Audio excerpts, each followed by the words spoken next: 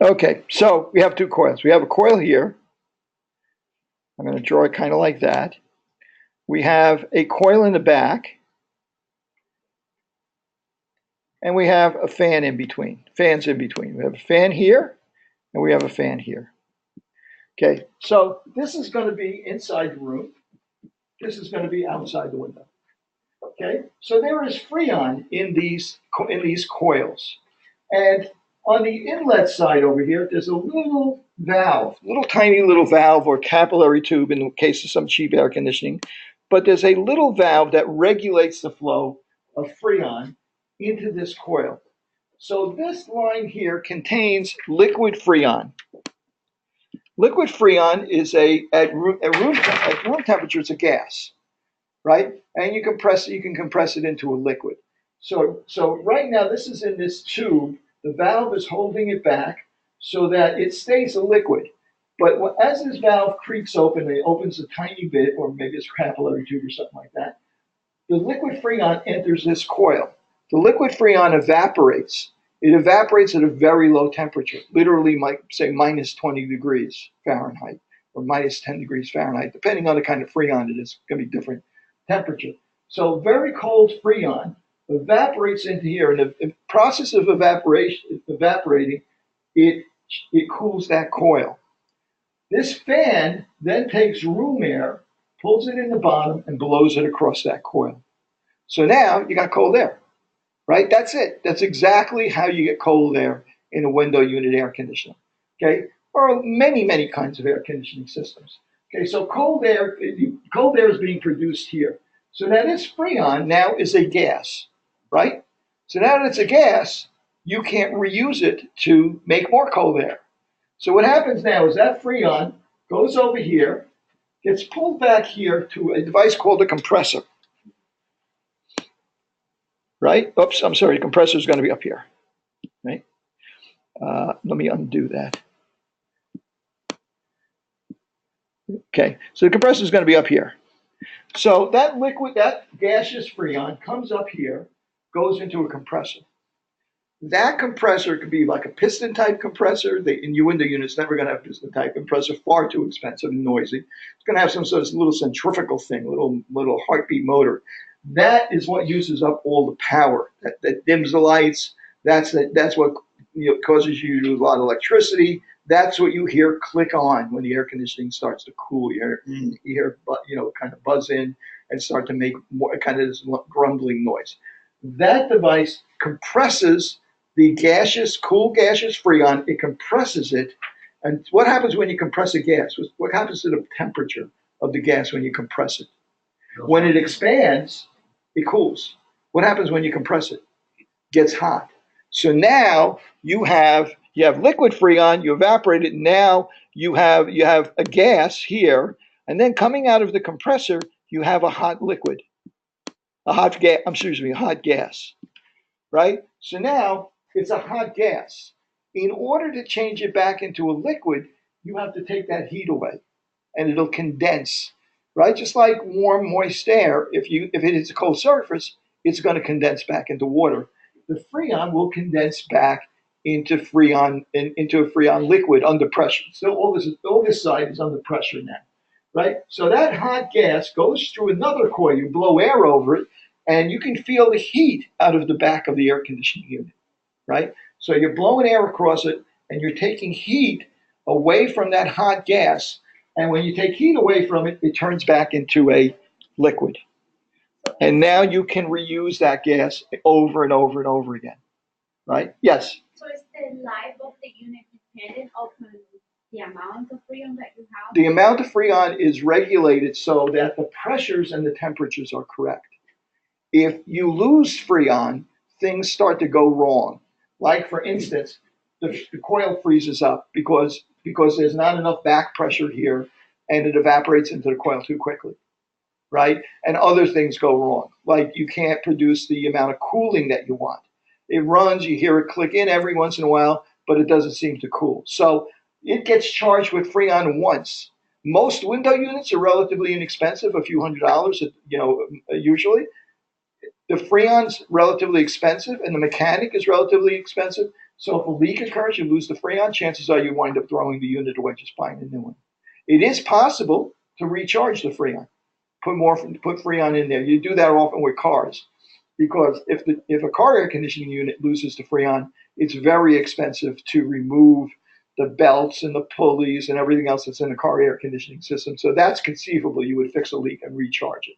Right? And that would be the same for like his workplace. Yes, we're going to get to that, right? So that's how this works. That's how 99% of air conditioning systems, cooling systems in buildings, in also refrigeration. Imagine now that this is a different kind of Freon and a different flow rate for this air that evaporates at a very low temperature. This is what you would have in a refrigerator. This is how a refrigerator works. It just works at different temperatures. It also uses Freon, right? And where's the condensing coil on the refrigerator? It's on the back, right? If you look on the back, there's this big coil on the back. There's no fan. It just radiates onto the back. And a lot of people, they get into trouble when they push the refrigerator solid against the wall and then stuff all around it, old bags and, plastic bags and cereal boxes. So you don't get air circulation around the back, and it doesn't work as well. Okay, but it works exactly the same way. So now let me now think of what this is doing. This is taking BTUs from here and moving them out here. It's basically a thing that's pushing BTUs from one spot to another. Think about this. It's removing heat from a warm area, right, and moving it to a cooler area. It's basically what you would call a device that's pumping heat from one place to another. We're using it to cool, but it's really removing heat and pumping it somewhere else where we don't want, where it's not going to be a problem for us. Gee, heat pump. Anybody ever hear of a heat pump? Right? You go to Florida, instead of heat boilers and all kinds of stuff, they have units called heat pumps. Imagine what would happen if I took this window unit and I turned it around. What would happen now? This would take cool air from outside, right? Make it cooler and warm the inside of the house, because now the condensing side, the warm side, is blowing air inside the house. Now, you don't see people in Florida going into the window and turning their air conditioners around. What they do instead is that there's a series of valves in here, right? So that what you can do is you can push a switch and it changes this from the evaporative coil to the condensing coil. And it changes this from the condensing coil to the evaporative coil. The condensing coil is the one where you're taking heat, where it's hot, and the evaporative coil is the one where it's cooled. You turn that around or repipe it by changing a couple of valves, and now you can use it to heat a house instead of cooling a house. In areas where they don't have such extreme winters, this works pretty efficiently. In areas where you have really cold temperatures outside, you can imagine it gets a little harder to pull heat out of the really 0-degree air than it is to pull it out of 70-degree air or 40-degree air or something like that. So you'll see more of these in the South than you'll see up here in New York, but they are up here, right? Okay, so now let's talk about how we translate that into a larger scale. Okay, well, one way to translate that into a larger scale, let's say we want to do this for our entire home, right? What would that look like? Okay.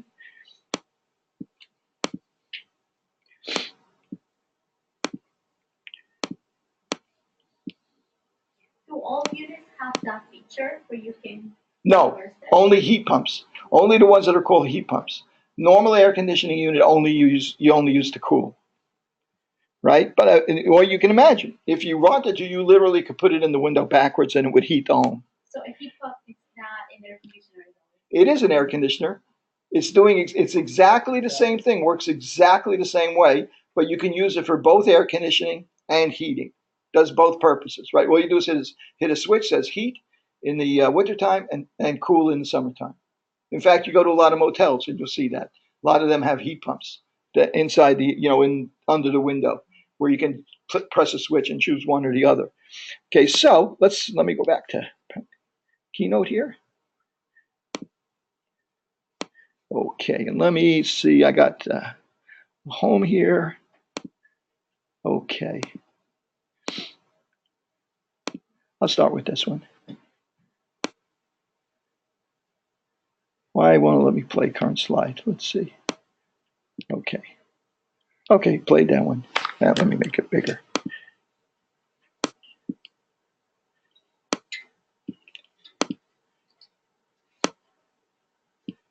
Okay, so here we go. Here's a home, right?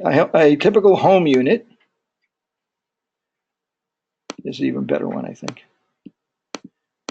And I'll put the little mechanic down here.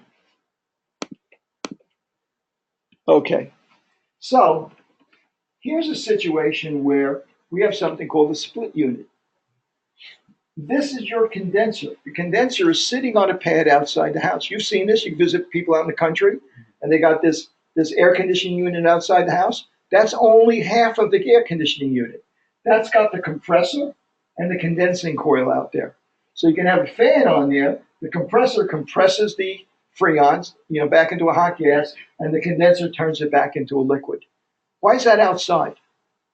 Noise. Yeah, because it's cool. It's easier to blow air over it. Noise, right? Because that compressor makes noise.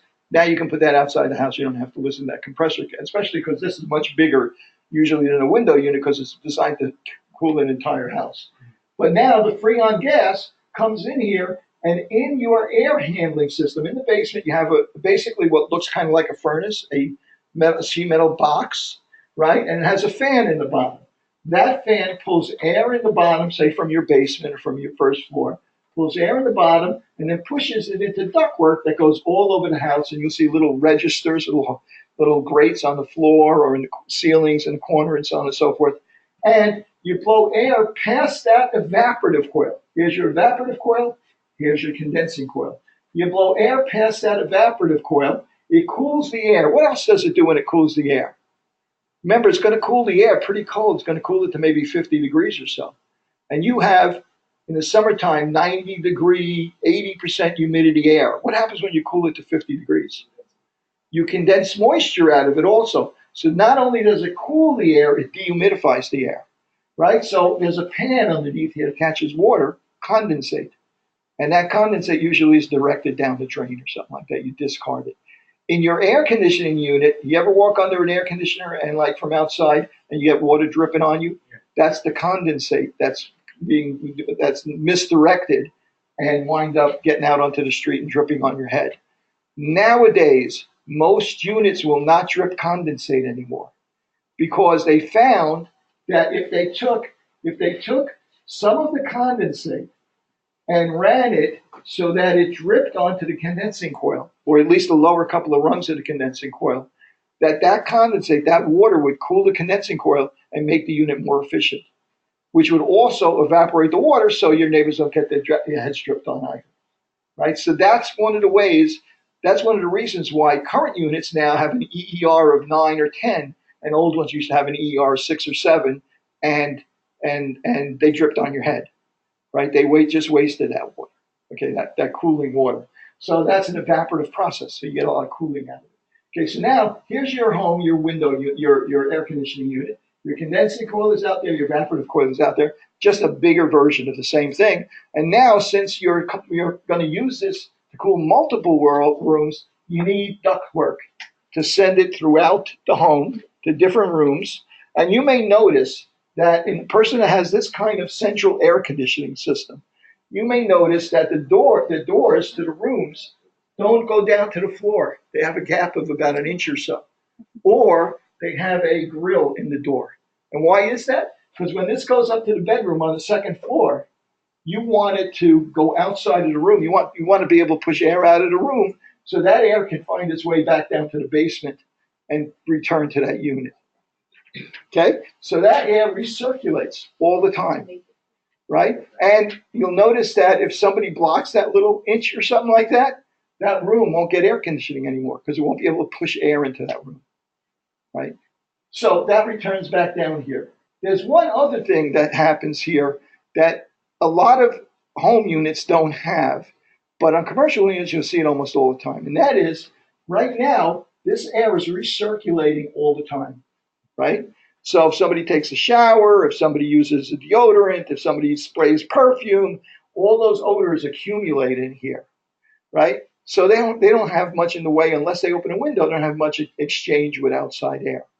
So sometimes they will have on some of these they will have another duct that can bring a bit of outside air into here, so that you can pull outside air in instead of just recirculating all of the air. So that a certain percentage of the air is you're diluting the pollutants inside of the house that are building up. Okay, you don't see it here. This particular diagram doesn't have it. Let's take a look at another one. There's a little guy servicing see most of the money, most of this works is in here. That's really just a coil. Okay. Now the other thing about this is, a lot of these things also have a little furnace in here, a little heat exchanger, where they can take the air and run it on the other side of a steel device that has a gas flame inside of it. Basically a radiator that's heated by gas, right? So that heats up. So in the wintertime, you can use this same device to heat the home as well as cool the home. So this is a combination furnace, forced air furnace, and a air conditioning system. Okay, not that one because they're not showing it in there. Okay, here's another version of it.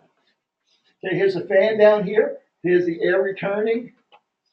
This one notice that this one has a gas valve, and there's a heat exchanger inside here, right? So the air is being blown past a furnace that can heat this air up, and the exhaust gases go up this vent and outside of the house. So you don't get carbon monoxide in the house. The air that's on the outside of this furnace is not the same air that's being combusted. That's part of this combustion. And sometimes if this gets clogged up, that can expose you to carbon monoxide if it doesn't get, for instance, if snow builds up out and blocks that or something like that. It won't exhaust outside of the house, and you can have a real problem with carbon monoxide. Okay, so that's a gas valve. Here's your in this particular system, your cooling, or if there's a coil in here, you can put a air conditioning coil in here. Here is the condenser. Here's the supply and the return line coming in here, and your air conditioning coil is in here somewhere. So you can use this to cool the air or to heat the air, and then this ductwork is used to recirculate it throughout the house. In this particular case, they're using ductwork to bring it back into the return and bring the air back for you to be reheated or recooled down here. So this has a ducted return. In other words, a duct goes up to the first floor, so you don't have to have a big grill on the cellar door in order to let the air back down into the basement. This is nice too if you have a funky basement, right? Because then remember, if you don't have this and this is just open to the air and you have to have all the air in the house come back through the basement, then any odors in the basement or radon or whatever else you might have in the basement is going to be mixed in with the air that you're circulating around the house. So this duct might go up to the first floor, and you'll have one big return in the ceiling in the middle of the house. And that'll be the way that the air gets back down here from all the rooms throughout the house. Any questions so far? Right? All we've done is taking a device, simple device that we just described, refrigerator or window unit air conditioner, and we've made it bigger. Right? We changed it in a sense and made it bigger and added ductwork so that we could actually have one big device and distribute the effect from that device over many rooms. Let's take the next step now. The next step is that we now work with something called an air handler. Okay, here's an air handler. You were just working with an air handler before. We're talking about an air handler before. Okay, now what is this device? This device is a big box where we are going to have coils that are going to be able to heat or cool the air, but have a big enough fan and circulate enough air that we could use this for, say, an entire floor in an office or in many apartments in a building or something like that. Well, how does that work? Do we use Freon here, or what's the story here? Well, Freon is expensive stuff. You have to insulate the piping, the condenser piping, that Freon after the compressor, that pipe gets very hot. It's dangerous. You touch it, you get burned. It's difficult to pump that Freon liquid, hot liquid or cool liquid. It's difficult to pump it around long distances and stuff like that. It's very inefficient. So we need a better way to handle this, right? Well, one of the better ways that we have to handle this, let me go back to this. I'm sorry, what were you going to ask? The Freon, so I think they've been getting away from using Freon, aren't they? Use like, the R8 or the R48 to cooling liquids, a lot of that. They're still freons. Oh, they're still There's Freon. still some form of gas Okay. that is something that can be compressed and that evaporates at below room temperature that can be used for cooling. They use many other products now because what we used to call freon difluoro dichloro methane, right? The original freon R22 or R12, whatever it was. Problem with that is that when it got into the atmosphere, it would eventually, it's very light, would eventually migrate up to the ozone layer, and the fluorine and the chlorine would combine with ozone and destroy ozone, the ozone in the upper levels of the atmosphere. So they've gone to other kinds of gases that are similar to those original freons. And those gases have a low, not zero impact, but a lower impact on the ozone layer, right? So they still have some impact, right? So at any rate, and I understand the ozone layer presumably is like healing itself now. I mean, that whole big hole over the Antarctica now is smaller and so on and so forth. So it's having a real effect. Okay, unfortunately, if you had like, skin cancers and stuff like that, which have risen enormously since there were issues with the ozone layer. It's a little late for you, but it's getting better. Okay, so now let's talk about that coil that I just mentioned, that evaporative coil. That's the cooling coil. The evaporative coil is the cooling coil. One of the things I could do is make a really big coil and put it into a really big box and put a really big fan on it and blow air over it and send that air into ductwork, which goes out big trunks that break up into smaller trunks that break up into smaller trees and branches and so on and so forth, and supply diffusers all over a building, right? So I can actually scale this up, make it bigger, put one of them on every floor, or maybe use it to cool an entire floor. The condenser for it would have to be very large, maybe as big as 10 feet by 15 feet, right? And they have condensers that are very, very large. When you use the Freon directly to cool air, it's called a DX unit, direct expansion. In other words, it's directly benefiting from the cooling from the expansion of the Freon. That's called a DX unit. And you can do this. There's absolutely no problem with doing this. Put a Freon coil inside an air handler. And there are many machines that do this. They're usually for smaller systems. Because if you can imagine, it has to be a really big box and a really big fan, and you need a lot of ductwork and stuff like that. So it's expensive and cumbersome, takes up space, right? Well, think about this. What if we could take advantage of that cooling, but find a better way to deliver it a long distance, right? Well, how about if we take this and we put this whole thing inside of a metal shell, right? And send water in here, put a pump on here, send water in here, and then take water out. Okay? If the water goes in at 65 degrees, it may be coming out at 45 degrees, right? So we have cold water coming out of this thing, right? And we can take that cold water, pump it throughout a building, and in an area where we need it, we can have a coil where the cold water comes in, 45-degree water comes out, and say 60-degree water comes out. It comes out of that. We put a fan on here, blow air past it, and we can use that coil locally, but only need to pump the water to it. What does that mean? That means instead of a 20 by 20 inch duct, you'll need a 1-inch pipe to send that cold water there. And you can send it long distances, insulate it, and send it long distances very efficiently. This device, when you put that Freon coil inside of that shell and pump water over it, that's called a chiller, right? Simple enough, right? A water chiller, that's all it is. And this system where you have a pump that's delivering water to many coils throughout a building, here, second floor, third floor, so on and so forth, front and back, east and north, and delivering water to all of these different coils, and then have separate air handling units that have water coils in them, cold water coils in them instead of Freon. That's called a chilled water system, right? So you're taking chilled water, you're producing chilled water centrally in a plant. It could be on the roof, could be in the basement. You're producing chilled water centrally, and you're sending it throughout the building to air handlers that work locally to supply maybe half the floor, something like that, right? Much more efficient. You have one plant in the middle that you run to make the chill water, and then you send it all over the place. When it comes back at, say, 60 degrees. It gets cooled again, goes back at 40 degrees, right? So, I'm sorry. yes, So you put a tube inside there, and that's how you deliver the ex- water. exactly. The Freon tube, which is just like the Freon tube in your air conditioner, window air conditioner, Okay. is inside of this metal shell cylinder that you're putting water through, that you're pumping water through. So instead of cooling air, it's cooling the water. And then you. And then we pump the water all over the building to places where we need it. Okay? This is very common in major buildings. Okay? This is almost always the way that they deliver cooling for a large area in buildings. Not always, but there's a million different ways they do this. Well, let me ask you something.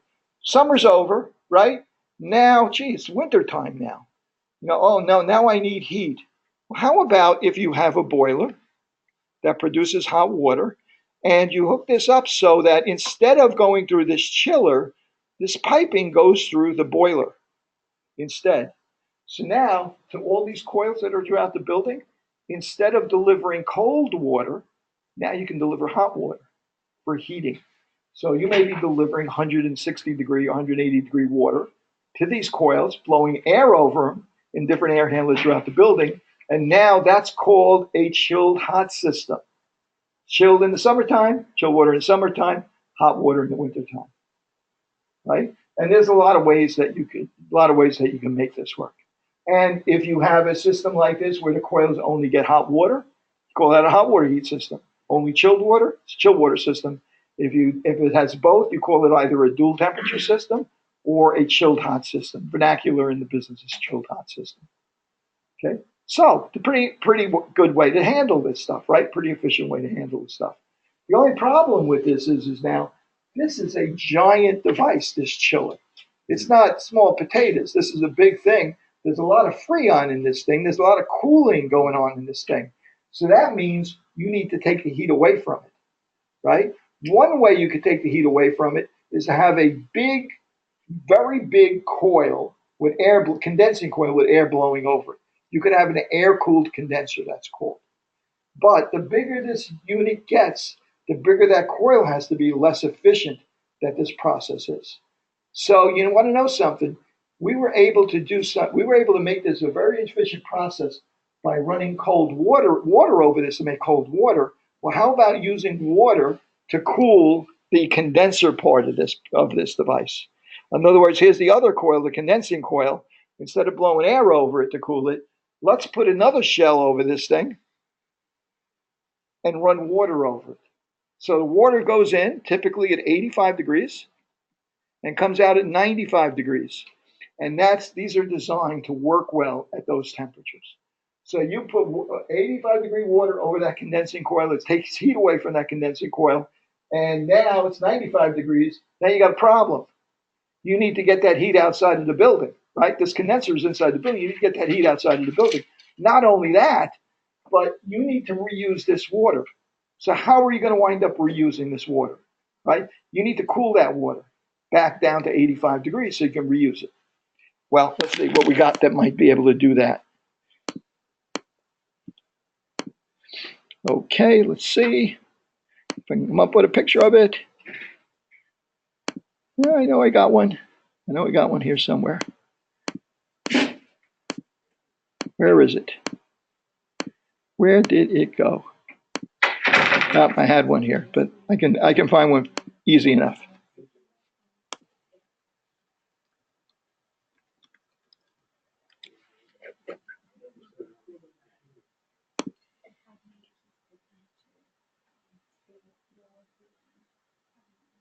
Let me see if I can find one that has a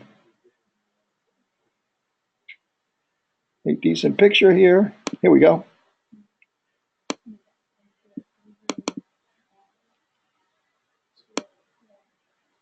Okay, So they show it as a heat exchanger here. That's your condenser. That's inside the building.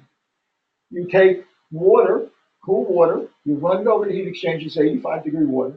You run it over the condenser, take heat away from the freon so it turns back into a liquid, right? So you can reuse it in the chiller. You take heat away from it. Now you got 95-degree water. You got to cool it. It goes to a device called a cooling tower. That cooling tower could be in the backyard, in the parking lot. Usually they're on the roofs, right? You see them on the roofs all the time. I'll show you a couple of pictures of them, right? So what happens at the cooling tower? The cooling tower has a spray header in it. These are basically almost like shower nozzles, right? Usually they're a little bit coarser than that, but you can imagine them as shower nozzles. They spray down into this cooling tower, which is basically a big metal shell, right? And at the same time that you're spraying water down, you have a fan on this thing which sucks water straight up, sucks air straight up, right? So what's happening is that the water is being sprayed down in small droplets, and air is being blown past it. Why does it have to be in small droplets? Because what we're going to do is we're going to take advantage of the evaporation of about 1% of that water, and that's sufficient to drop the temperature of the remaining water 10 degrees. So we can reuse it. It goes in at 95, comes back at 85 degrees. 1% of that circulated water gets evaporated, and the rest of it goes back and gets reused, right? So you need that surface area, those droplets, so you get an intimate contact between the air and the water so you can evaporate it. In addition to what you don't see here also is they're usually corrugated material, PVC material, so that it can hit it and splash around and sheet so you get even better contact. And the other thing you don't see here is that at the top here, there's a louver that's kind of jagged like that, so the air can't go directly out, so that the droplets, if any of the droplets wind up getting carried with the air up and out, they hit that deflector plate, that what they call drift eliminator, and they capture those droplets and let it drip back into the cooling tower. That's not 100% efficient, right? A demonstration of the fact that it's not 100% efficient is that if you stand next to one of these things, you'll feel some spray from it. You'll feel some droplets. If you walk by on the street, you may feel some droplets come down to the street. We know that's a problem, right? Why is that a problem? Well, one of the issues is, yeah, exactly. One of the issues is that the water is going in here at 85 degrees, right? It's coming back at 85, going in at 95. So what's the temperature that Legionella grow most efficiently, proliferate best at? Between 85 and 115 degrees. So what do you have here? You have organic matter that's being scrubbed out of the air. You have active colonies of bacteria that can supply other nutrients to the Legionella bacteria. So you have the perfect machine for growing Legionella. It's 50% of cooling towers in New York City right now has viable, measurable levels of Legionella in them. Most of them have very low levels, say less than 10 colony forming units per cc of water, right? But almost half of them will have viable Legionella in them. The problem ones are the ones that get out of control, where it becomes thousands of colony forming units per cc, or tens of thousands. Those are the ones that are a problem. Why are they a problem? Because they get blown out with a little bit of drift that comes out of these things. And those droplets can then spread over a neighborhood like the South Bronx. And people walking by on the street can be exposed to Legionella, and people that are susceptible, older people, people with respiratory problems, immune problems, heavy smokers, and so on and so forth. They are most susceptible to this and may develop Legionnaire's disease, which is a form of bacterial pneumonia, no different than many other forms of bacterial pneumonia, except it's particularly virulent. Okay, but they have treatments for it, and now they're better at identifying and stuff like that. And the survival rates, originally survival rates were like abysmal on this, like they had 20-30% fatality rates with Legionnaire's disease. Now that they're better prepared to treat it and diagnose it, now they have a fast urine test for the most common form of strains of Legionella, and so on and so forth. And they have antibiotics that are very effective. The death rates are much. I think in the Bronx they had about 200 or 300 cases, but they had like 5 or 10 fatalities or something like that. And those were people that were really pretty sick. Most of those were people that were already pretty sick. But that's not to say that it's a walk in the park, right? I mean, a lot of people after a case of Legionnaire's disease, they will be recovering for months or years afterwards. So it's, you hear the mayor say that, oh, well, we only had, so many fatalities and so on and so forth. But he didn't count the 200 people that couldn't go back to work for 6 months or a year. Yes.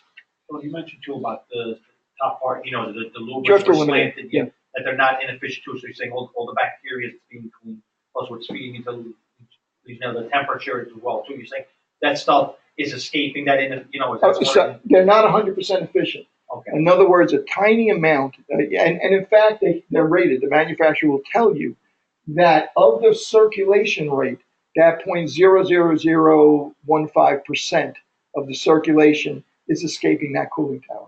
There's a standard that New York City Department of Health has now that these drift eliminators have to have a certain level of efficiency, or you have to replace them with more efficient drift eliminators, right? But that's what this mechanism is. It's a mechanism, it's a water conservation device. It's a mechanism that allows you to take that water, cool it, and then reuse it in the system again. Okay, so if you don't have this, you need a farm of air-cooled condensers, a farm of coils with fans behind them.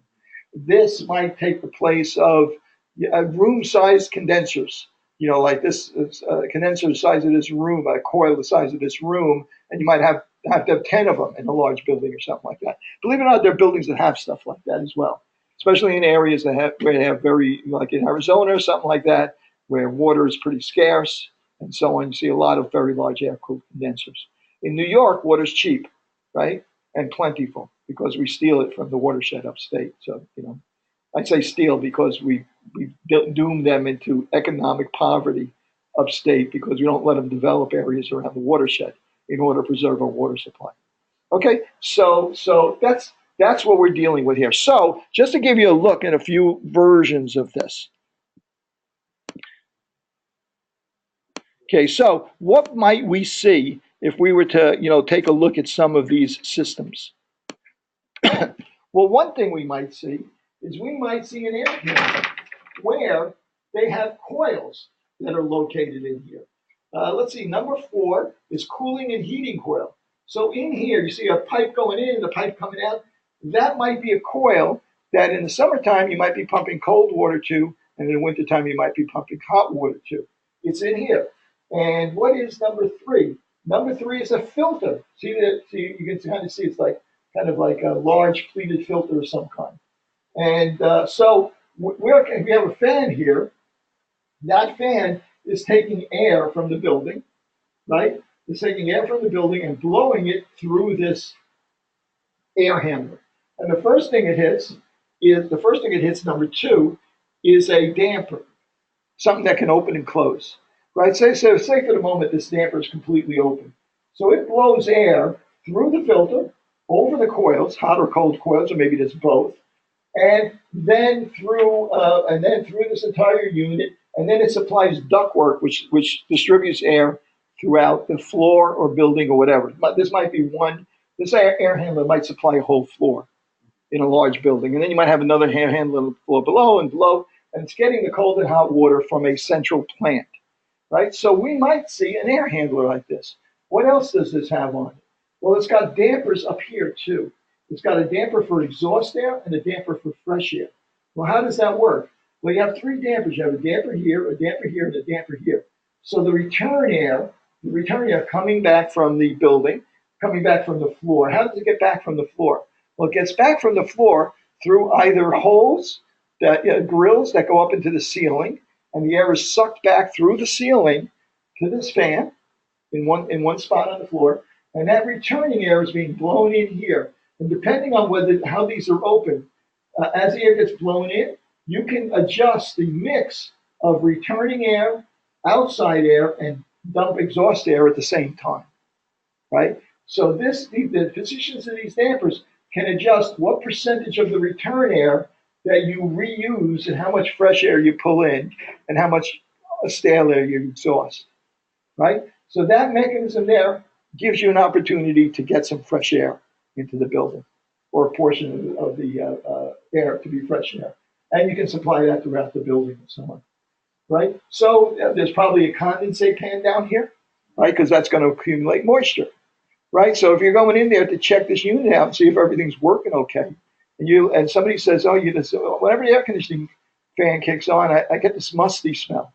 Where's a likely spot where you might find mold in this system? In that condensate pan, on that coil in that condensate pan, because that's one of the areas where you have moisture in this system. Okay, so that would be a prime spot for you to look at to check whether it's dirty, slimy, or has mold growing in it, so on and so forth. You also might want to check the filters. You might want to check the position of the dampers to make sure that they're actually providing fresh air. Why might they not provide you with fresh air? What's the incentive for not providing fresh air? Bingo, right, because let's say it's the dead of winter. If you bring air in from the outside instead of returning air, you got to heat it. Costs money. How about in the summertime? Same deal, but that's even a little worse in the summertime because not only are you faced with the fact that if you bring in warm outside air, you have to cool it, but now it affects your capacity. Most air conditioning systems are designed to work really well on an 85-degree day with a 78-degree wet bulb temperature in New York City, right? Well, we get 95-degree days here. So what happens on a 95-degree day? On a 95-degree day, it might be 80 degrees inside an office, and people start complaining. Well, why did they design it so it could be 80 degrees? Well, because it's 15 degrees cooler and it's dehumidified air, right? You're doing pretty well. If they designed it to give you 68 degrees on the worst day of the summer, the unit would have to be twice as big and twice as inefficient, right? So they don't design these things for the hottest day of the summer. They designed this for the average hot summer day. So on a hot day, you really can't make it quite as comfortable as you might want to. So what happens? How does an air conditioning mechanic respond to that? Says, I can push the efficiency or get the temperature down by closing the fresh air intake. And once he closes it, what do you think the odds are that he's going to go back and reopen it? Remember to go back and reopen it, right? You probably will forget all about it. So you may find situations where you'll see that that's occurred. Okay, so here's a small, for instance, if you have a condo in New York City, they may supply you with chilled water and hot water through your air handling unit in your apartment, right? But then your air handling unit in your apartment might be in a closet, right? That you have ductwork, which supplies your bedrooms, your bathroom, kitchen, and so on and so forth. And you get return air going back into this. This doesn't have a fresh air intake. They probably figure you use your windows or something like that for any fresh air that you might want. So a simple duct system, right? The only thing here is that there is going to be something in here to provide heating and cooling. A lot of ways they could do this. It could be a Freon coil, right, with a condenser nearby on a roof or setback or something like that, or it could be a chilled water or a chilled hot coil or a hot water heat coil. All of those things could be in here. Different systems are going to have different devices in them, but they're all going to have the same basic operational features, right? A lot of ways to skin a cat, but basically you wind up going back to doing the same thing on a different scale all the time. Here's a whole bunch of different systems here that we can see that they're really accomplishing the same thing in different ways. I'm going to come back to this one. Okay, let's take a look at this one. What do we have here? Down here, we have a boiler, right? You can have two kinds of boilers. You can have a steam boiler or you can have a hot water boiler, okay? Steam boiler produces steam, right? A hot water boiler produces hot water, not steam. A steam boiler, if you looked at a boiler, anybody want to guess at one of the features that you would tell immediately whether it's a hot water boiler or a steam boiler? A steam boiler, give you a hint, is no more than basically a big pot of water with a stove underneath it, with a flame underneath it, right? So what do you always have on top of the water, in the pot of water? You don't fill it to the top of the right? If you filled it to the top, what would happen, right? You always have air up there in the top, right? So you always have to have a certain level of water in here, a space for making steam and water. So how do you know what the level in there is? There's a gauge glass on the side. So if you see a gauge glass like those coffee makers, if you see a gauge glass with water in the middle, you know it's a steam boiler. If there's no gauge glass, you can't tell what the level is. It doesn't matter what the level is, it's full of water. It's a hot water boiler. So you look at a boiler, you can tell whether it's hot water or steam by the gauge class. What are the advantages of each one of these things? Let's talk about steam. Steam is an incredibly efficient way to deliver heat from one spot to another. And why is that? Because when we change a pound of water at 212 degrees to a pound of steam at 212 degrees, it takes an enormous amount of energy. I forget the exact number. I think it's 954 BTUs per pound or something like that. Somebody should check that at some point. But it takes an enormous amount of heat to produce steam from water at that, without even changing the temperature of the steam. That steam will do two things. Number one, since it's a gas and it's hot, it's going to rise and it's going to expand to fill all the piping that's connected to it. That means that the steam on its own will rise in the piping and go to your radiators throughout the building, right? How does it get to the radiator? Well, there's a problem. There's air in that pipe that's keeping it in the boiler. It's got to get the air out of the way. So you may notice if you have steam in an apartment building or something like that, you may notice that there's a little vent on your radiator at the back end. And you may notice that when the steam is coming up, it's whistling or it's spitting a little steam or something like that. That's air being vented out. That little thermostat, that little vent at the end is thermostatic. When the steam hits it, it closes. And the steam stays in the radiator until it condenses back into water and then runs back down the same pipe. That's called a one-pipe system, where you have a radiator, has one pipe comes in, and you have a vent at the other end, a thermostatic vent at the other end. Yes? That vent is in your apartment. Right? Yeah, it's on the radiator. Every radiator has one. That air is just also coming in space. Yes, exactly. That's one of the reasons we don't treat steam in New York City in residences, because in a lot of commercial establishments they'll treat the steam because the water is like basically like pure water. It's pretty aggressive, the piping. So they'll add chemicals to it, amines specifically, that are corrosion inhibitors that boil off with the water, right? But then if it comes to that air vent, you're going to be breathing those chemicals. And but air only comes out of that vent for that short period of time. Until the steam hits it, right? Until the steam hits it, then it shuts off. And if it keeps making that noise, it's because it's no good anymore. It's leaking steam into the room, right? So it should shut off eventually, right? When you get that steam in there. That's a one pipe system. If you notice that you have a radiator where the steam comes up, goes into one end of the radiator and comes out the other in another pipe, and then goes back down, you'll notice that there's another device on there at the back end of that radiator. That's called a steam trap. What happens there is that trap stays open, right, at regular room temperature. The steam comes up in there. Instead of going to a vent, it pushes the air back down the pipe, back down to the boiler room, right? And when it hits that steam trap, that trap closes.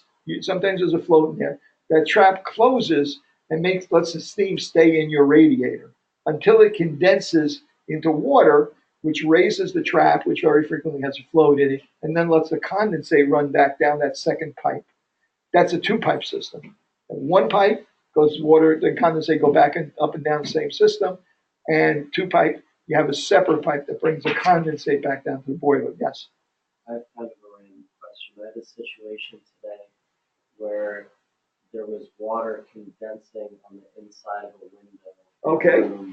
Where there's a radiator. Okay. And that's like my water intrusion source. It wasn't an issue with I guess the caulking around the window or coming in from outside. That could be very well that steam vent is leaking steam into the room, or there's some other moisture. Steam leak.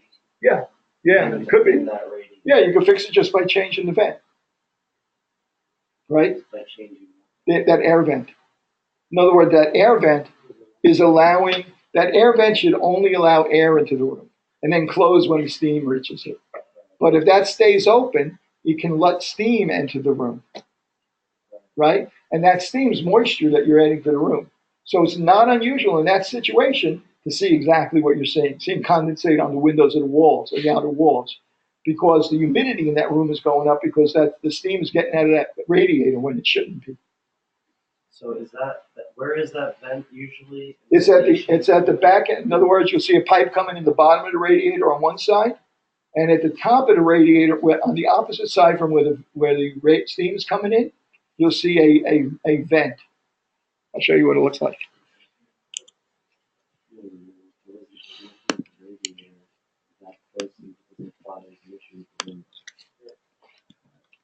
Yeah, it could still be the window too, or it could be some other source of.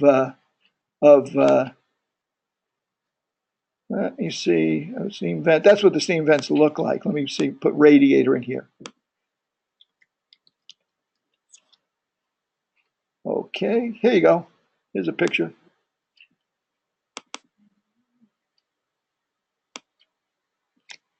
Oh, that didn't help much, did it? There we go. Okay, there's your steam vent over there. Okay, here's the valve. That's the steam coming in. It fills the radiator, and in order to fill the radiator, there's air in the radiator. Steam won't come in unless you get the air out of it, right? And this steam vent lets the air out, and the minute that this gets hot enough that it's sensing steam here, it shuts down. Okay, and then the steam condenses and goes back down the same pipe. So what do you have to know about this? What about this do you have to make it go back down the same pipe? It's got to be pitched, right? This has to be pitched downwards over here. And you can see it probably is a little bit over here. And if it isn't pitched downwards, what happens? Water builds up in here, right? And when condensate doesn't drain back, it stays in here. When the steam comes up in here, it hits that water and it collapses very quickly and you get banging, right? Usually in steam systems, when you get banging like that, it's because the water is hanging up somewhere. The condensate is hanging up somewhere and the steam is hitting it and imploding very quickly. Yeah, that's what the bang. Yeah, that's what bang. Most of the time, 99% of the time, banging in steam piping is because you have water hanging up. It's not pitched right. You have water hanging up, and it's not getting past the. It's not letting the steam get past it. Okay. Now, if you have a two-pipe system, now what can go wrong? These vents go bad, right? These vents go bad. When the vent doesn't open, you can't get steam in here, so you don't get heat. When the vent goes bad open, what happens is it doesn't close when the steam comes in here. You get steam, you get moisture in the room, you get condensation on the windows and the walls. Exactly. And the room overheats, right? Now, other kinds of systems you'll see in really large buildings, what you'll see is, well, a lot of times you won't see this kind of radiator. More modern buildings, you'll see the pipe with fins on it. You know, the radiant heat with the, just looks like a square finned pipe. Right? You'll see that in most large buildings.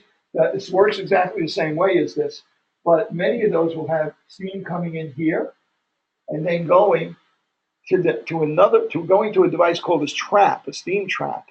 And that steam trap will stay open and let the steam come all the way up to it. When it senses the steam, it closes. Right? That traps the steam in there until it condenses.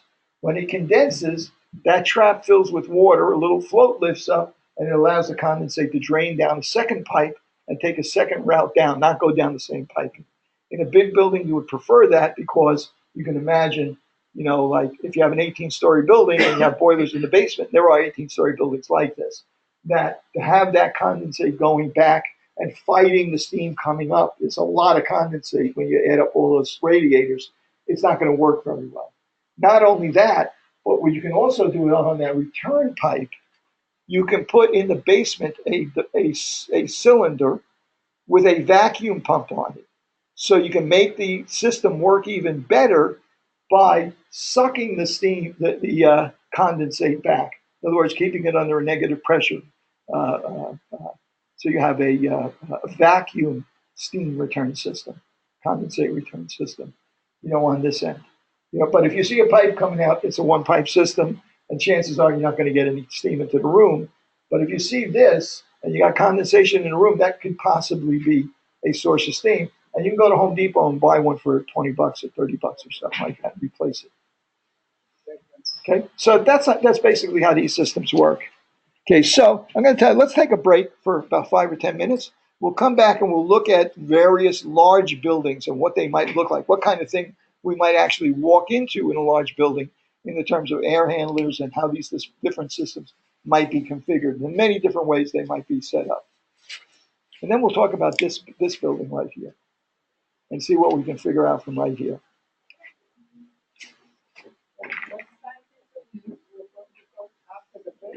What's that? Yeah. Oh, no, no, next week. We're gonna go either during the break sometime, like during spring break, if we can arrange a date, or maybe when we come back on Monday or something like that. Maybe the day before class or something. I mean, I know that Thomas, Yeah, does several double shifts, yeah, and he just happens to be doing a double This- shift this Monday. upcoming Monday. So Yeah. he wanted to know if Yeah, if these guys are ready for it. I mean, it's their spring break too, so I don't know. you Yeah. you could see. Yeah, we can talk when they come back. We'll talk about it as a group.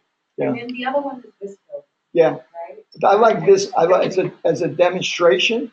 I like this building better because this building is an old, cranky old building that is like 90% of the other buildings. That other building is a modern new building, which, because they're energy efficient designs and stuff like that, they do stuff that's off the wall. And in fact, they do stuff that's not only off the wall, but downright crazy. Because one of the things you can get leads points for, you get up to 4 points for innovation. So you got crazy thing A, crazy thing B, crazy thing C, and crazy thing D that you can do. Well, right now I'm dealing with a Leeds building that wants to try some Italian product, which is a antifreeze, which instead of, a lot of these systems, because you're worried that like in the dead of winter, if the boiler breaks down and they're full of hot water going to these coils and so on and so forth, you're afraid that they're going to freeze up and burst the coils and stuff like that. So some of these systems, they use antifreeze in them, glycol, propylene glycol, that they recirculate through.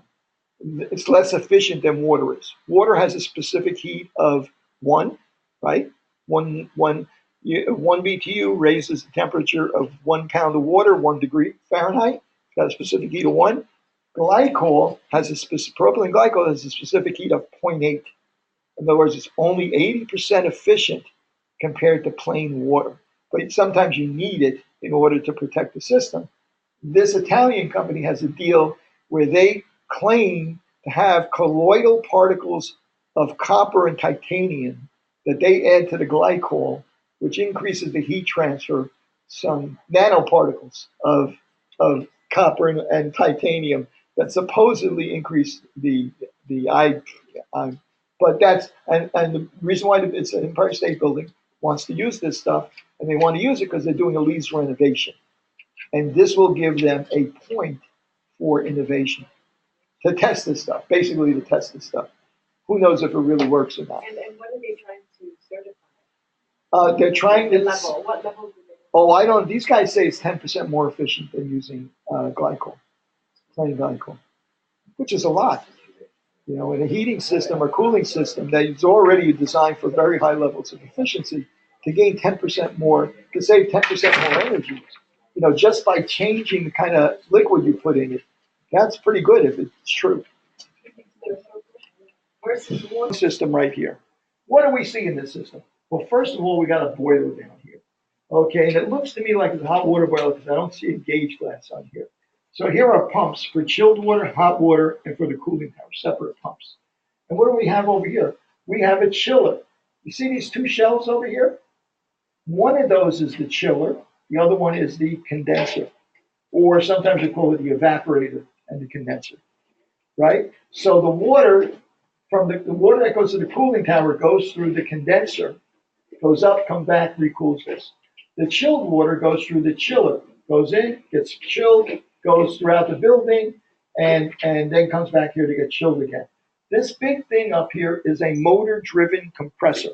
It runs on electric. Turn it on, starts spinning, starts compressing Freon, and so on and so forth. This is your chiller. This is what produces your cold water. So there's 4 pipes going in here. 2 pipes in and out for chilled water, 2 pipes in and out for cooling tower water or condenser water. You could call it either one. So they don't show the actual pipes, but here's a pump the condenser water pump over here. So what happens now? The chilled water or the hot water from the boiler gets pumped up to these air handlers.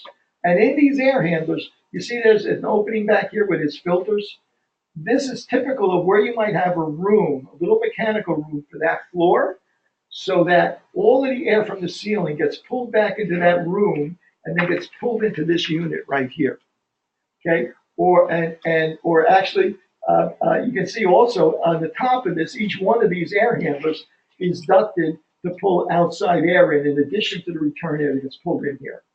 When they're open like that without being ducted into the ceiling, that room is basically a mixing or return air plenum. In other words, that room is part of the air conditioning system, the room that it sits in. And we may actually see something like that.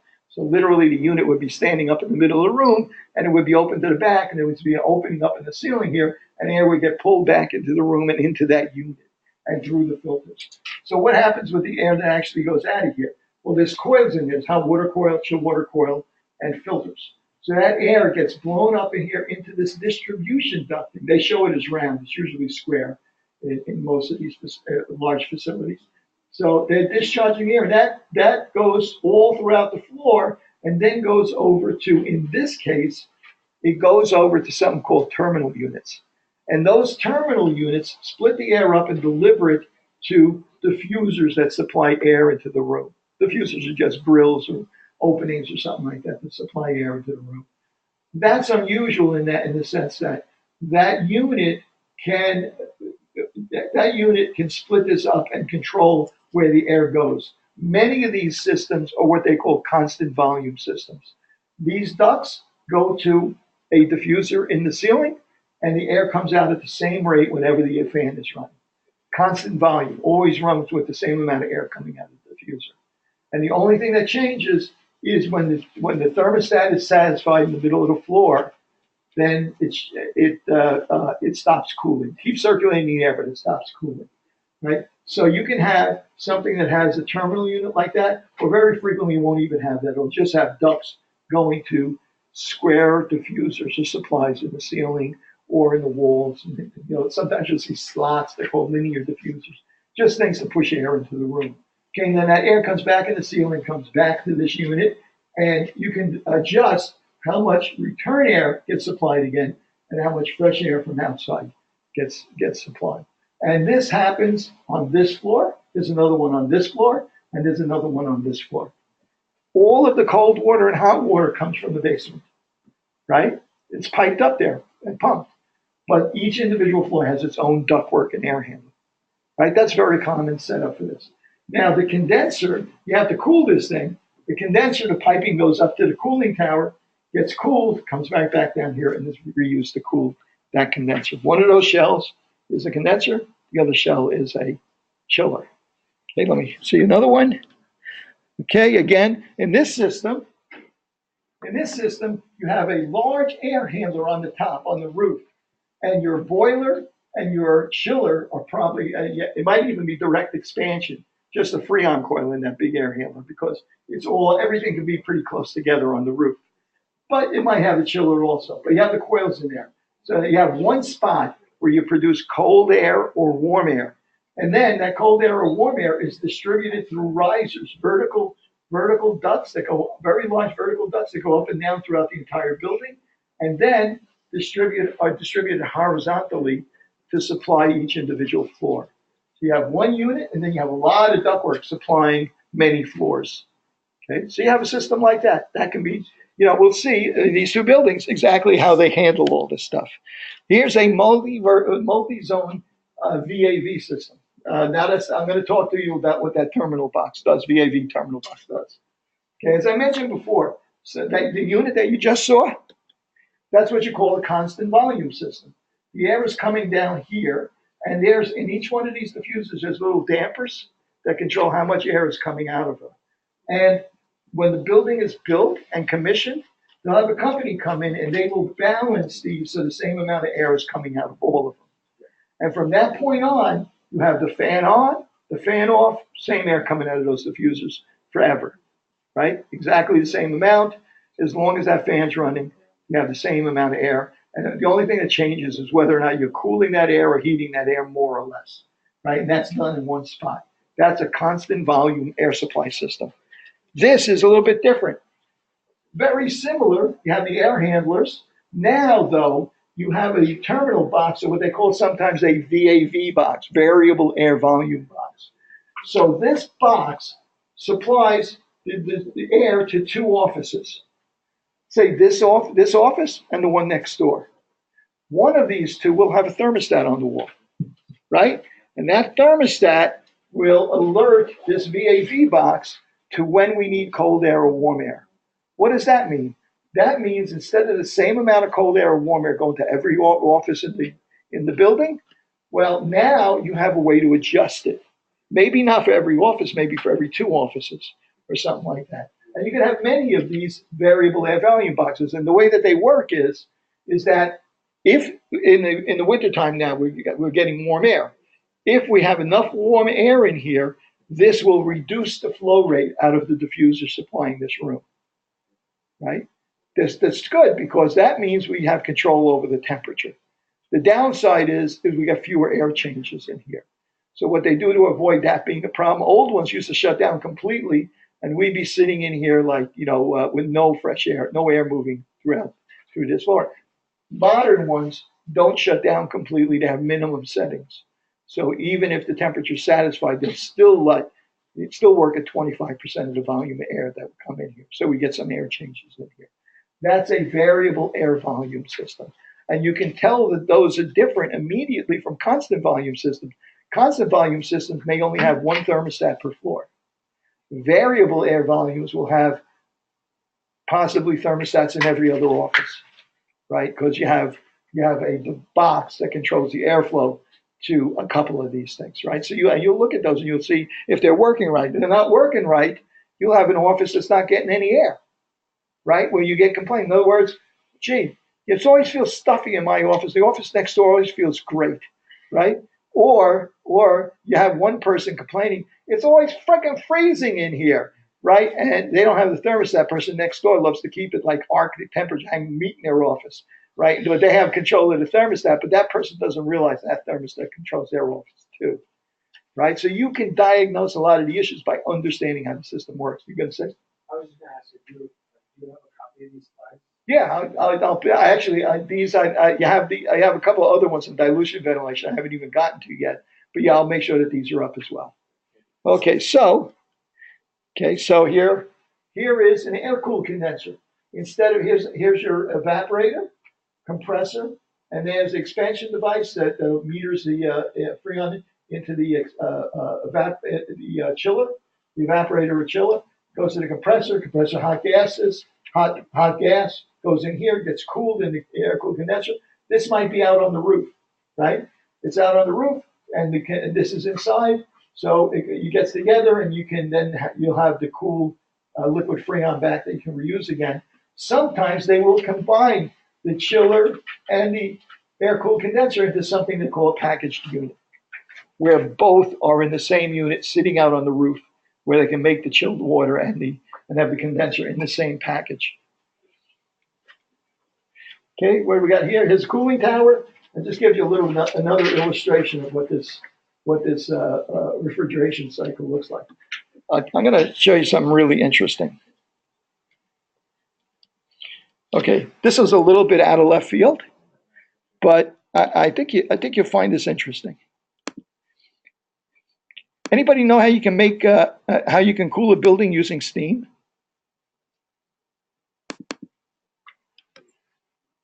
Right? You think you can do that? Cool a building using steam?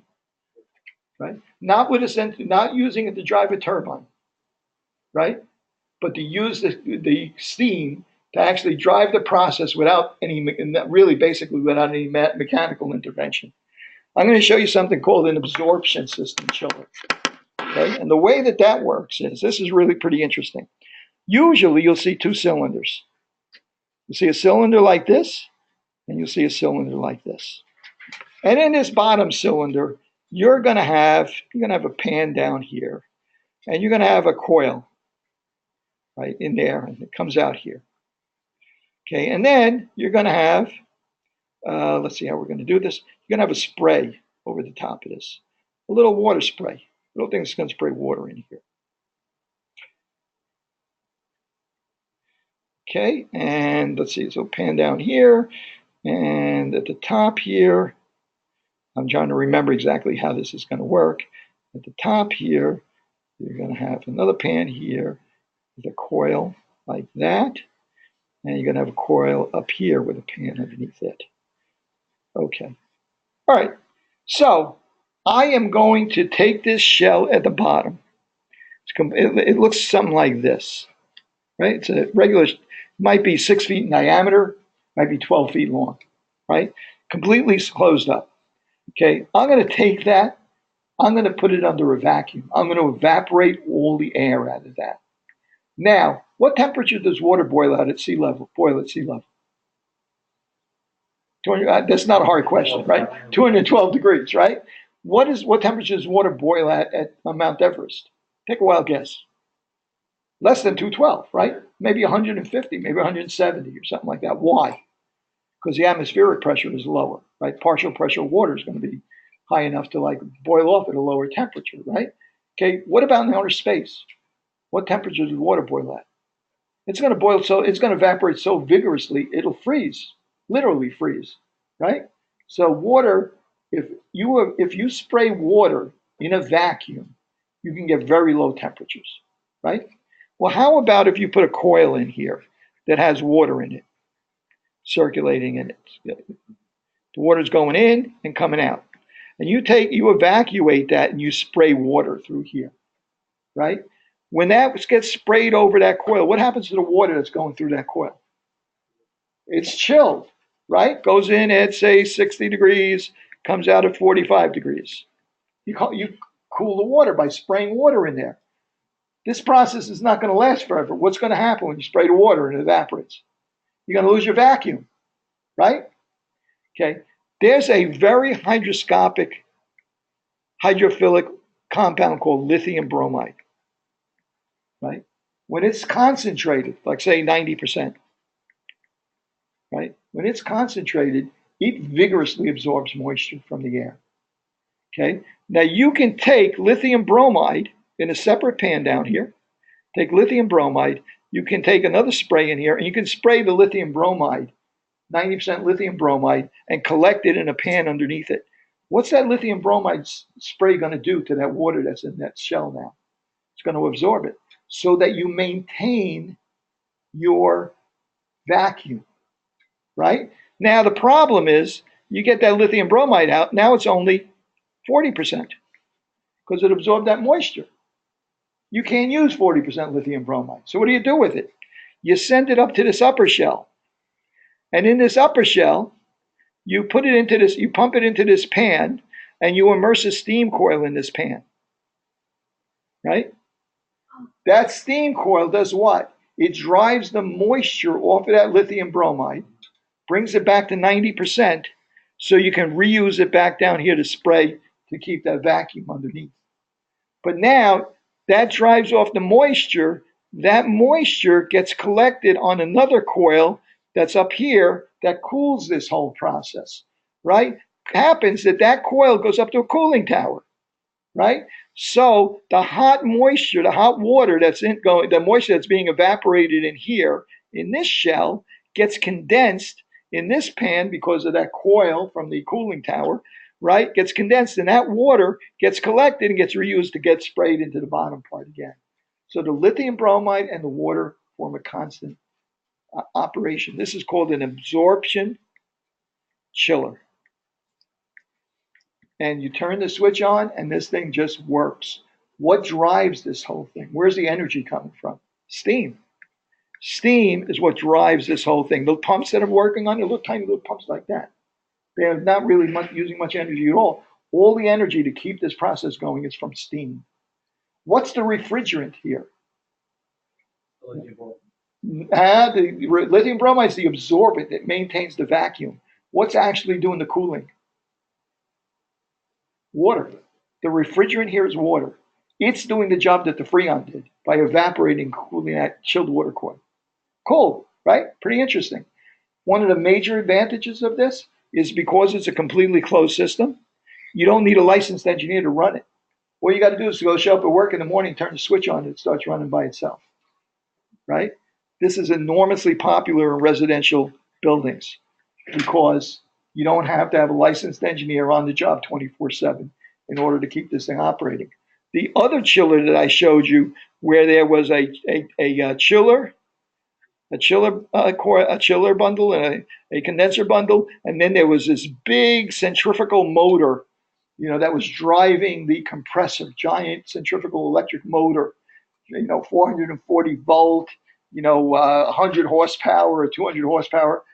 A lot of those units need engineers, licensed engineers to run them. Okay, licensed building engineers, certified building engineers run them. So there's, you'll see them in a lot of commercial facilities and office buildings.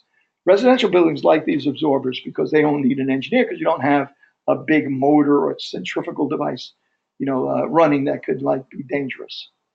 So cool, right? Isn't that neat? Use steam to cool the building.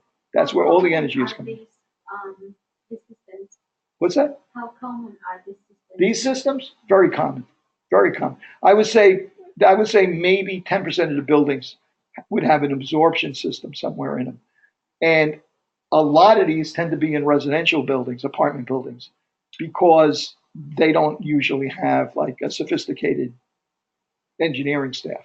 They have, a few, porters and supers, a super or something like that. They usually don't have an engineer. They rely on an outside company to get this started in the spring and shut it down in the winter. But for the most part, unless something goes wrong with it, they just turn it on and off. This is just for cooling, right? This is just for cooling, yes. And you use the same piping that you would do for... Yes, exactly. Because what is this doing? The whole purpose of this thing is to make cold water. So everything else is exactly the same. The only thing changes is the way you're making the cold water. Instead of using Freon in a device with a coil in it, in a shell with a coil in it, running water over it, now you're getting your cold water by spraying this water over it in this shell. Right? And are you able to control how cold or hot you want? Well, typically they're set up because most of these systems, they deliver water at 45 or 50 degrees. The reason why you want that is because most of these work the same way in that same temperature range, because all of these, the manufacturers that make these air handlers and these various terminal devices, they usually design these things so that the fan is sized, the coils are sized, so they work efficiently with 45 or 50 degree water, right? It's a good temperature for condensing moisture out of the air, but it's also the way that most of these systems are designed. So the idea there is that a lot of these parts are interchangeable. So you very rarely would see somebody design an air handler that needs 35 degree water because most chillers are not designed to produce 35 degree water.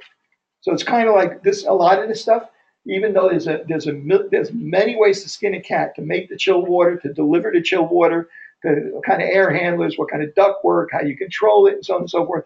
Most of them kind of fall into the same pattern in terms of the temperatures of the water and how they work and so on and so forth. But there's little details in how they deliver all of this that'll make some more sense. When we get a chance to look at this stuff, it's going to be really... They use this, once they catch, why didn't they use this? All the time? Yeah. Not as efficient as the other systems are, right? And they're not as efficient because you turn this thing on and it runs at full capacity. The other systems you can stage. If you need a little bit of cooling, you can have many small compressors. And stage them. If you need a lot of cooling, you can run them all. You can run a big one, and you can turn the big centrifugal compressor on and off. If you produce enough chill water, you can just cycle it off or something like this. This has to really kind of keep running all the time. So this is good for, say, a hospital, a residential building, where you have a constant 24/7 load. Not so good for an office building, where the load may fluctuate depending on whether the sun's shining on the building or so on and so forth, and they're not as efficient as the other units in a lot of cases. But you save a lot of money on labor because you don't have to have 3 shifts of guys keeping an eye on the equipment. So we're just talking double shift. The reason why you got double shift is there's got to be a guy there keeping an eye on the building management system, right? So that's the advantage. There's a million different reasons why you do it one way or another way. My own personal bugaboo about this whole thing is I'll go into a building and the mechanical equipment in one building is going to be in the basement. In another building, it's all going to be on the roof. In another building, it's all going to be on the 42nd floor. In another building, then, if there were a good spot to put it, you'd think these architects and mechanical engineers would put it in the same spot all the time. Everybody's got their own design. Everybody's got a better idea.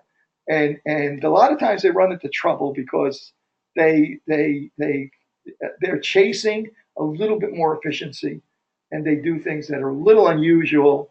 And then you guys know who Rube Goldberg is? How many of you guys have ever heard of Rube Goldberg? Oh God. Okay. So you don't have, unless you know who Rube Goldberg is, you really do not have an engineering education. Rube Goldberg he was actually originally an engineer, I think, but he became a cartoonist during the Depression, and he specialized in inventing elaborate devices to solve simple problems.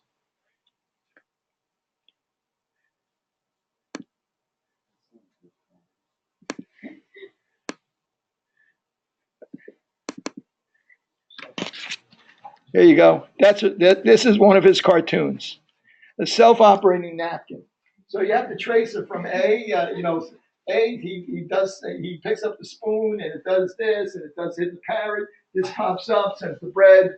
The parrot grabs the bread. It makes this go up, right, and so on and so forth. He did hundreds of these cartoons, right? So, and at the very end, what happens is the rocket goes off. It pulls this up and it wipes the guy's face, the napkin, right? And there's another one where it kills a fly, and another one where it does something else. And the idea is that it's an immensely complicated way to solve a simple problem, right? And so if you see an engineer saying, boy, this thing is a real Rube Goldberg, what he's saying is somebody designed something that's really complex that could have been done very simply. Okay, that's Rube. When I say a lot of these systems, because they're trying to chase a little bit of efficiency, a little bit more efficiency, turn into Rube Goldbergs, that's what I'm talking about. Okay, so I think that's a good place to end. Rube Goldberg. I want you to Google Rube Goldberg when you go home and see as many of these cartoons as you can. Tony, what chapter was this air conditioning from? By the way, guys, you'll notice on the material that I put up two documents. One is called A Building Manager's Guide to Indoor Air Quality. You should skim through that. That's an excellent start. It's about 20 years old, but it's got a lot of forms to use to do surveys, how to do surveys, and so on and so forth. Has a lot of discussion on what could be potential problems, what could be the sources of contamination in indoor air quality. It's a little dated, but I think it's a good start, and it's free. The EPA published it 20 years ago, and also a consumer's guide to indoor air quality as well. So if you look on Blackboard, you'll see those. I'll put up these pictures of the different systems as well, so you can get a chance to look at them. Yes? In the 60s, they used to have a refrigerator Yeah. that works with Ammonia. No, not ammonia. Kerosene. Oh, yeah. You know what? It didn't work. That's that absorption system that I described here. Yeah. Imagine that you wanted to imagine instead of using the steam as heat, you need to have a different heat source. Use kerosene, you burned it for the heat source, right? A lot of these absorption systems, the ones that we import from Japan, instead of using steam, will use gas, natural gas, and they will use gas to heat heat a coil, which goes into the lithium bromide to drive the water off, instead of using steam. New York, most people use steam because steam. You buy steam in New York from Con Edison. You ever notice steam coming out of the street? The street, yes. Con Edison has a giant plant in Queens, 3 giant smokestacks. They produce steam to make electric. That steam, they produce it at 1,500 pounds per square inch, enormous amount of pressure. It spins a turbine, make electric. The discharge from that is now 750 pounds. It spins another turbine. Discharge from that is 375. Spins another turbine. Discharge from that is 250. 250 and maybe 175. But it's not really that efficient at driving turbines. They take that steam, they send it into the city underground in pipes, and they sell it to buildings all over the city. So if you are south of, if you're south of 59th Street, there's a good shot that instead of having a boiler in your building, you will have a pipe coming in from Con Ed. That's what happened in Lexington. Oh, well, you remember that? About 10 years ago, cooked a couple of people. That's why I say how they control the pressure on the pipe. Oh, the pressure on the street stays the same. It's 175 pounds to 250 pounds. That's dangerous. That's why you explode. at the building, when it comes into the building, they put a pressure reducing valve. So coming in from the street, it's like 200 pounds. But then they put a pressure reducing valve inside the building, it might only be 15 pounds, 20 pounds or something like that. And